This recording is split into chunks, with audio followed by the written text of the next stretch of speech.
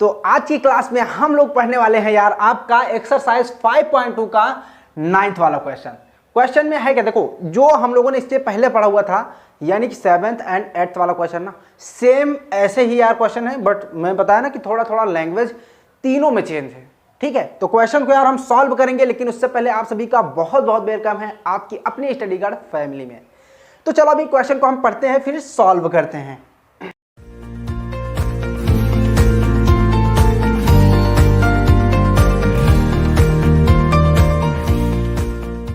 ठीक है, respectively which term of this AP is 0। तो कह रहा है भाई इसमें आपको थर्ड टर्म दिया है एंड 9th टर्म दिया है जो कि 4 and -8 है, लेकिन इसमें कह रहा है भाई कि कौन सा ऐसा टर्म होगा जो कि 0 है। ठीक है, तो अब इसके लिए देखो जो प्रोसेस हमने 7th में करा था, 8th में करा था क्वेश्चन में, वही प्रोसेस स्टार्टिंग में हम इसमें भी करेंगे। क्या करेंगे भाई, थर्ड टर्म आपको पता है कितना है 4, तो यहां पर हम लिखेंगे, थोड़ा सा इधर लिखते हैं, थर्ड टर्म आपका क्या हो जाएगा 4 है ना। देखो अभी थर्ड टर्म को हम क्या लिख सकते हैं, A3 इक्वल में 4 लिख सकते हैं। अभी A3 की जगह पर हम क्या लिख सकते हैं, A प्लस 3 माइनस 1 इंटू का D इक्वल में 4। देखो इसको हमने कैसे करा हुआ ये मैंने बता दिया है, 2 क्वेश्चन इसके पिछले वाले हैं ना, जिसको नहीं समझ में आता तो वो दोनों वीडियो जरूर देख लेना है। ठीक है, तो अभी देखो, या फिर ऐसे फार्मूला भी लिख देता हूं, इसी से आपको समझ में आ जाएगा, A plus n minus 1 into का D, बस जहां n है वहां पर हमने 3 रख दिया। ठीक है, तो यहां पर A प्लस 3 माइनस 1 जाएगा तो 2D हो जाएगा इक्वल का 4। ये आपका इक्वेशन फर्स्ट हो गया। देखो ऐसे ही कर रहे हैं जैसे हमने दोनों क्वेश्चन करे हुए थे। उसके बाद आपका है 9th टर्म। 9th टर्म आपका क्या है माइनस का 8, सेम ऐसे इसमें भी करेंगे, A9 इक्वल का -8। ठीक है, अब A9 का मतलब क्या है, A प्लस 9 माइनस 1 इंटू का D इक्वल में माइनस का 8। ठीक है, अब यहां पर A प्लस 9 में से 8 माइनस करेंगे तो होगा 8, और यहां पर D और माइनस का 8 हो जाएगा। इसको इक्वेशन सेकेंड मान लेंगे। अगला प्रोसेस हमारा भाई ये है कि इन दोनों को आपस में सब्ट्रैक्ट करेंगे, है ना। तो करते हैं भाई, तो यहां हम लिखेंगे सब्ट्रैक्ट इक्वेशन फर्स्ट, मैं ऐसे ही डायरेक्ट लिख दे रहा हूं, फ्रॉम इक्वेशन सेकेंड। ठीक है, तो इक्वेशन सेकेंड को हम यहां पर लिखते हैं एंड माइनस का 8 हुआ यहां पर, उसके बाद A प्लस 2D इक्वल का 4 हो गया, है ना। सब्ट्रैक्ट कर रहे हैं तो साइन चेंज होंगे, तो यहाँ माइनस, यहाँ पर भी माइनस और यहाँ पर भी माइनस हो जाएगा, ये तो कैंसिल हो जाएगा आपस में।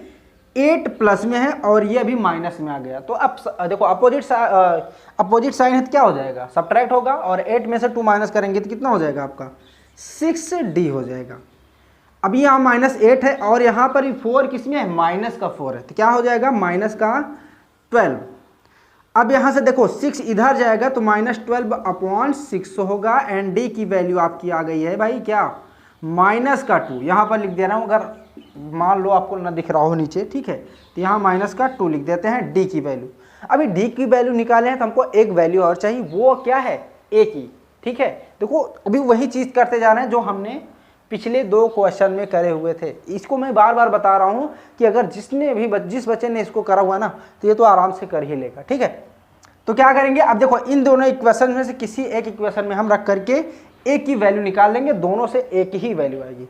जैसे मैं इस वाले में रखता हूँ, ठीक है, और यहाँ पर लिखना भी पड़ेगा, putting value of D।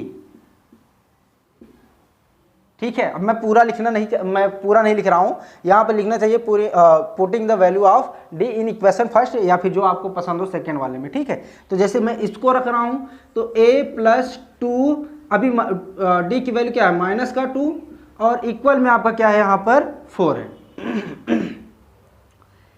A plus, देखो 2 में से 2 माइनस करेंगे, 2 2 से कितना हो जाएगा 4 हो जाएगा, बट यहाँ पर जो हमने प्लस करा हुआ था ये माइनस हो जाएगा। क्यों माइनस हो जाएगा, क्योंकि यहाँ पर प्लस है और यहाँ पर माइनस है।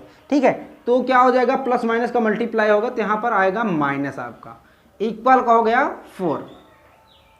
अभी इस 4 को हम उस तरफ करेंगे क्योंकि हमको a की वैल्यू निकालनी है, तो a की वैल्यू अगर निकालते हैं तो 4 इधर जाएगा तो 4 + 4 हो जाएगा, जिसका कि ऐड करने पर हमको आ जाएगा 8 मिल जाएगा। समझ में आ रहा है? डायरेक्ट नहीं लिखेंगे, ठीक है। अच्छा मैं लिख दे रहा हूँ ऐसे ही 4, अभी ये इधर आया तो प्लस का 4 हो गया, 4 + 4 8, ठीक है। अभी हमको किसकी वैल्यू मिल गई भाई? d की वैल्यू मिल गई एंड a की वैल्यू मिल गई। अब देखो हमको क्या करना है भाई, देखो इसमें कह रहा है कि हमको निकालना है कौन सा ऐसा टर्म है जो कि 0 है। कभी भी यार आपसे ऐसे पूछता है क्वेश्चन कि कौन सा ऐसा टर्म है जो 0 है, फिर कुछ भी पूछता है 1 है 2 है 3 है, तो उस टर्म को क्या मान लेंगे हम लोग कि an, ठीक है, यानी कि nth टर्म मान लेते हैं कि nth टर्म क्या हो जाएगा? 0 हो जाएगा, ठीक है। तो यहां पर हम लिखते हैं an इक्वल में 0 एंड an की वैल्यू हमको पता है, मतलब फार्मूला पता है क्या होता है भाई? a + n-1 इंटू का d, और यहां पर इसके इक्वल में 0 है तो हम 0 कर देते हैं। समझ में आ गई बात? अब यहां पर देखो a की वैल्यू पता है, d की वैल्यू पता है, हम देखो यहां पर क्या निकलेगा? n की वैल्यू निकलेगी, ठीक है, उसी से पता चल जाएगा कि कौन सा टर्म ये है। तो यहां पर a की वैल्यू है 8 + n-1 एंड d की वैल्यू आपकी है -2, माइनस का नंबर है तो इसको ब्रैकेट में लिखेंगे इक्वल का 0, 8 प्लस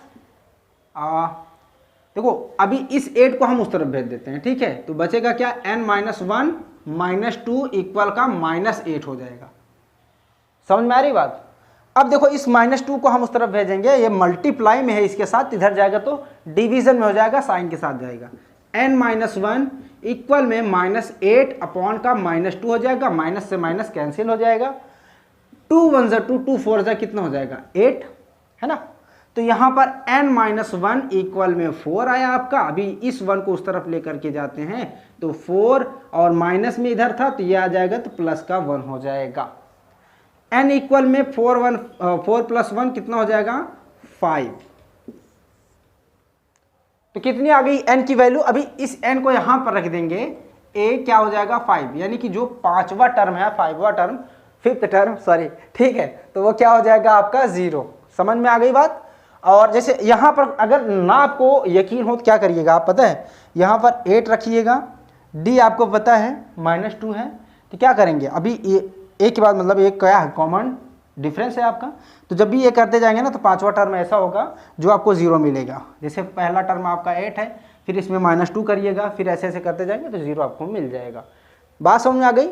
आई होप कि इस क्वेश्चन में भी यार आपको कोई भी दिक्कत नहीं होगी, बट कोई भी डाउट किसी भी क्वेश्चन से रिलेटेड बनता है तो आप ज़रूर हमसे कमेंट सेक्शन में पूछिएगा, उसका आंसर मैं ज़रूर दूंगा, है ना। बाकी मैं प्लेलिस्ट का लिंक भी दे दूंगा, हालांकि आप प्लेलिस्ट में जा सकते हैं बट मैं प्लेलिस्ट का लिंक दे दूंगा डिस्क्रिप्शन में, तो वहां से जा करके आप देख लीजिएगा, और पिछली वीडियो का भी मैं लिंक दे दूंगा, ठीक है।